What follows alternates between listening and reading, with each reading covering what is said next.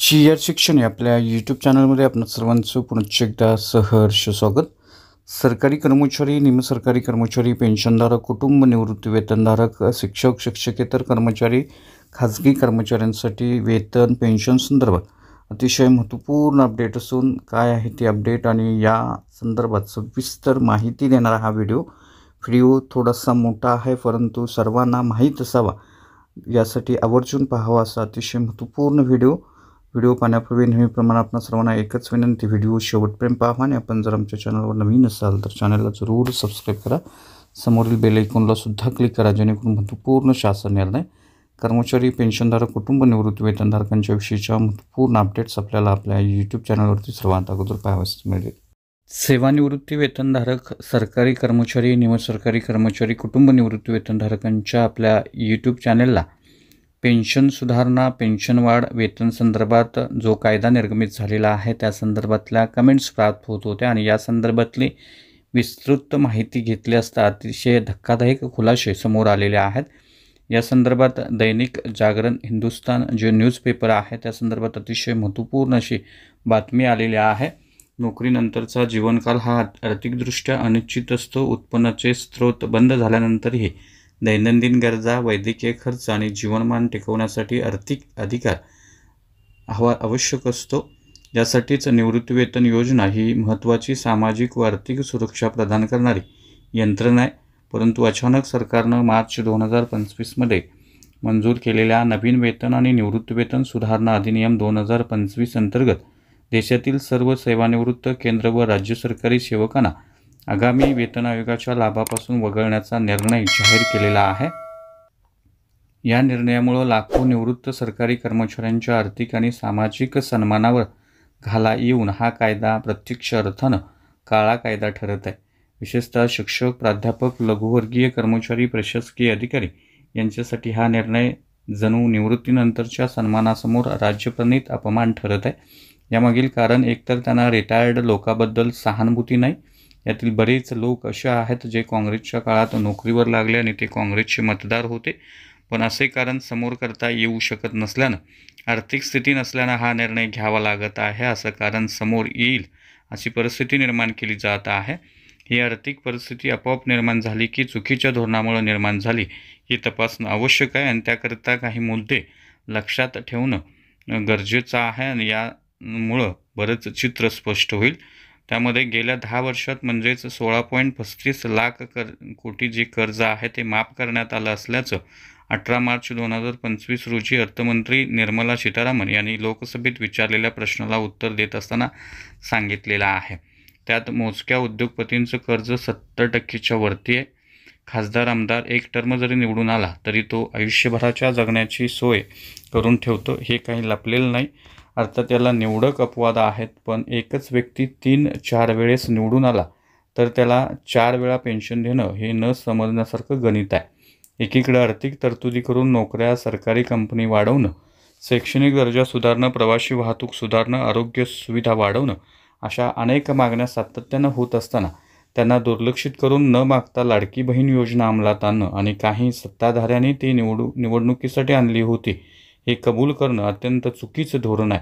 फक्त सरकारनं रोड बांधले आणि त्यावर टोल टॅक्स स्वतः वसूल केला तरी बराच निधी सरकारकडे जमा होऊ शकतो. 2019 पासून कॉर्पोरेट टॅक्स 30% वरून 22% केल्यानं दरवर्षी 1.19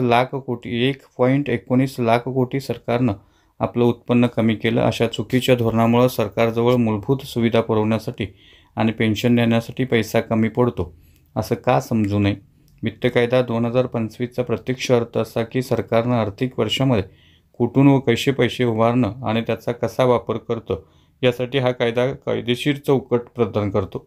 समाज माध्यमामध्ये प्रसारित होणाऱ्या काही अपूर्ण माहितीच्या विपरीत काही बातम्या जाता आहेत. यामध्ये या कायद्याअंतर्गत महागाई भत्त्याची वाढ किंवा वेतन आयोगाच्या सुधारणासह निवृत्तीनंतरचे महत्त्वाचे फायदे मागे घेतलेले नाहीत. 1972च्या पेन्शन कायदा आणि 1983चा ऐतिहासिक चंद्रचूड निकाल तसेच सर्वोच्च न्यायालयाच्या इतर निर्णयातून पेन्शनधारकांना मिळणारं संरक्षण अद्यापही अबाधित आहे. हे संरक्षण सुनिश्चित करते की वित्त कायद्यात कोणतेही बदल झाले तरी पेन्शनधारकांना शेवटच्या पगाराच्या समतुल्य पेन्शन आणि संबंधित लाभ मिळणं चालू राहील. भविष्यातील पेन्शन किंवा भत्त्यामध्ये बदल करण्याचा अधिकार सरकारकडे असेल. मात्र हे बदल पूर्वलक्षी प्रभावानं न होता केवळ संभाव्य प्रभावानं लागू होतील. याचा अर्थ असा की कोणताही सुधारित निर्णय केवळ त्या निर्णयाच्या तारखेपासूनच लागू होईल. मागे जाऊन रेट्रोस्पेक्टिव्हली त्याचा परिणाम केला जाणार नाही. पेन्शन आणि पेन्शनधारक कल्याण विभागानं अर्थ मंत्रालय आणि कार्मिक प्रशिक्षण विभागाशी सल्लामसलत करून केंद्रीय नागरी सेवा पेन्शन नियम 2019-21च्या नियम 37-29 क मध्ये सुधारणा जाहीर केलेली आहे. या सुधारित नियमांतर्गत विशेषतः सार्वजनिक क्षेत्रातील उपक्रम कर्मचाऱ्यांच्या अशा प्रकरणांचा समावेश केला गेलेला आहे जेथे सरकारी सेवेतून स्थानांतरित झाल्यानंतर गैरवर्तनामुळे त्यांना सेवेतून बडतर्फ करण्यात आलेला आहे. नवीन तरतुदीनुसार जर अशा कर्मचाऱ्याला सेवेत सामावल्यानंतर गैरवर्तनासाठी बडतर्फ किंवा सेवेतून वगळलं गेलं तर सरकारकडून दिल्या गेलेल्या सेवेसाठीचे निवृत्तीवेतन लाभही जप्त केले जाऊ शकतात. तसेच सार्वजनिक उपक्रमातून बडतर्फी, सेवेतून वगळणं किंवा इतर अनुशासनात्मक कारवाईसंबंधी निर्णय संबंधित मंत्रालयाच्या प्रशासकीय पुनरावलोकनाच्या अधीन असतील. याशिवाय सरकारी कर्मचाऱ्यांवर लागू असलेल्या तरतुदी या सार्वजनिक उपक्रमातील कर्मचाऱ्यांच्यावरती लागू करण्यात आलेल्या आहेत.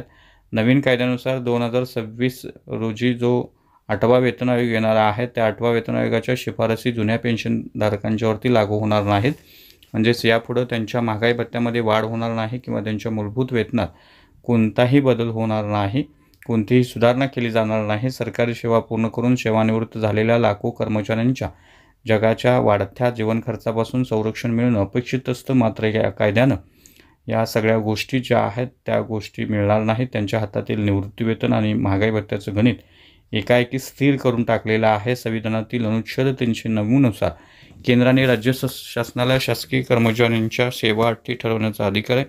परंतु या कायद्यातील तरतुदीनुसार केंद्र सरकारनं यापुढे वेतन आयोग गठीत करणं ही सक्ती न ठेवता त्याबाबत पूर्ण अधिकार स्वतःकडे राखून ठेवलेले आहेत. यामुळे दर 10 वर्षांनी वेतन आयोग गठीत करावा लागेल. ही व्यवस्था नष्ट झालेली आहे. याचे दूरगामी परिणाम शासकीय सेवकांच्या वेतन व्यवस्थेवरती, त्यांच्या एकसंगतीवरती होणार आहेत. नवीन वेतन व निवृत्तीवेतन सुधारणा अधिनियम 2025 या कायद्यातील सर्वात गंभीर बाब म्हणजे या निर्णयाविरोधात न्यायालयात दाद मागता येणार नाही असं स्पष्ट करण्यात आलेलं आहे. यामुळे संविधानात दिलेल्या न्याय हक्काच्या संकल्पनेवरच आघात झालेला आहे. कोणत्याही कायद्याचा प्रभाव जर नागरिकांच्या मूलभूत हक्कावर होत असेल तर त्याविरोधात न्यायालयात जाणं हा त्यांचा घटनात्मक अधिकार आहे. मात्र या कायद्यात तोच मार्ग बंद करण्यात आलेला आहे. हे अतिशय धोकादायक लक्षण आहे. पेन्शन दर पुनरावलोकन प्रक्रिया सुधारणा यासारख्या सर्व बाबीवर सरकारला पूर्ण अधिकार दिले गेलेले आहेत. त्यामुळं आधीची पारदर्शक न्यायप्रवण वेतन आयोग प्रणाली हटवून ती प्रशासनाच्या इच्छाधारी निर्णयावरती आधारित करण्यात आलेली आहे. याचा अर्थ भविष्यात कोणत्याही बदलासंबंधी सरकारी कर्मचाऱ्यांना अधिकार, भूमिका किंवा विचारविनिमयाची संधी मिळणार नाही. या कायद्याचे संभाव्य दुष्परिणाम अतिशय गंभीर असणार आहेत. ज्येष्ठ नागरिकांना आरोग्य सेवा, औषधे, विमा आणि जीवनावश्यक वस्तूवर होणाऱ्या खर्चासाठी शासनाकडून काहीही आधार मिळणार नाही. महागाई दर प्रचंड वेगाने वाढत असताना स्थिर निवृत्तीवेतन हे आर्थिक असमानतेला अधिक तीव्र करणार आहेत.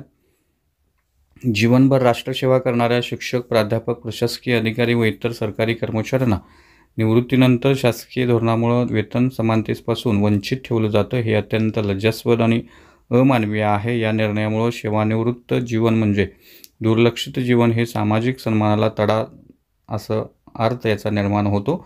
न्यायिक दाद मागण्याचा अधिकार काढून घेणं म्हणजे लोकशाही शासनाच्या पायावर कुऱ्हाड मारणं. ही बाब संपूर्ण समाजव्यवस्थेला विश्वासाला समाजव्यवस्थेच्या हादरा देणारी असून लोकशाहीची मानहानी आहे.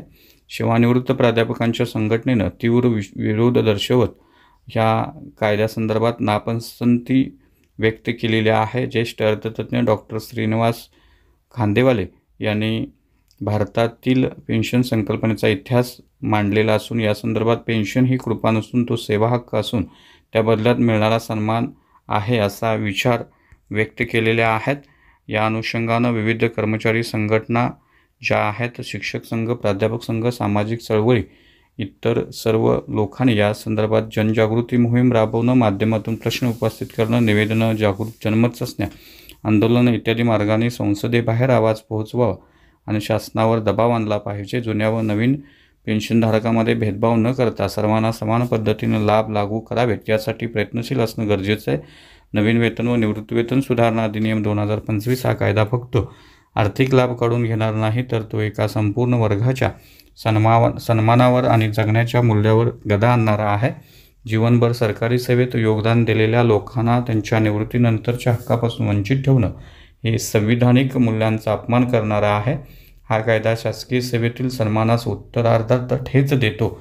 त्यामुळे सेवानिवृत्त प्राध्यापक, शिक्षक, कर्मचारी, प्रशासक, खाजगी कर्मचारी, सरकारी कर्मचारी यांच्यासह सर्व सुजाण नागरिकांनी एकत्र येऊन संघटितपणे आवाज उठवणं अत्यंत आवश्यक आहे. हा लढा केवळ पेन्शनसाठी नाही, तर सन्मानपूर्वक जगण्याच्या अधिकारासाठी आहे. संविधान, न्याय आणि सामाजिक न्याय यांच्यावर विश्वास ठेवणाऱ्या प्रत्येक नागरिकानं या लढ्याशी स्वतःला जोडणं ही काळाची गरज आहे. आणि या संदर्भात हा जो कायदा आहे, तो कायदा सरकारला मागे घेण्यासाठी भाग पडणं गरजेचं आहे. तर ही होती प्राध्यापक डॉक्टर प्रशांत दिघे, भारतीय महाविद्यालय अमरावती यांच्या लेखणीतून साकारलेली अतिशय महत्त्वपूर्ण माहिती. ही महत्त्वपूर्ण माहिती आपणापर्यंत पोहोचवण्यासाठी हा केलेला खटाटोप. अशाच महत्त्वपूर्ण बातम्यांच्यासाठी, रोजच्या महत्त्वपूर्ण शासन निर्णयासाठी चॅनलला जरूर सबस्क्राईब करा. हा व्हिडिओ अतिशय महत्त्वपूर्ण असल्यानं सर्व सरकारी कर्मचारी, पेन्शनधारक आपल्या मित्रपरिवारामध्ये नक्की शेअर करा. आपले काही प्रश्न असल्यास नक्की कमेंट करा. धन्यवाद.